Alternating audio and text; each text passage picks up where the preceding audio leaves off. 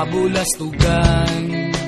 Hindi malilimutan ang asaran na merong pikunan, lalo na rin ang unang niligawan, unang kabiguan.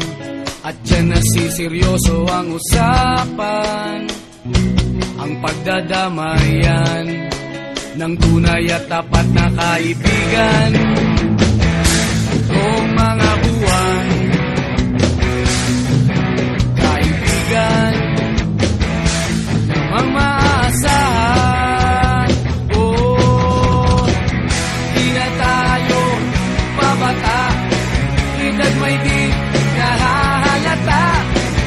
Sa mga trip unti-unti na tayo nagsasawa.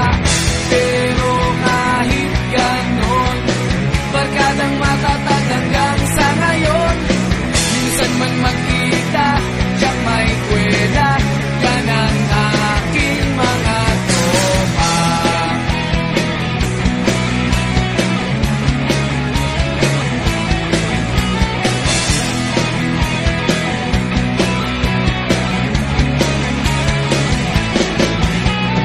Inuman na pang magdamagan, minsan inaabot pa ng ayaan, na kung saan-saan, na para bang walang kinabukasan at kahantungan.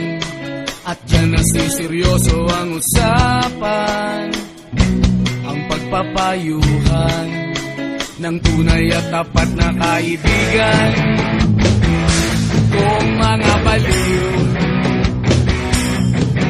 kaibigan namang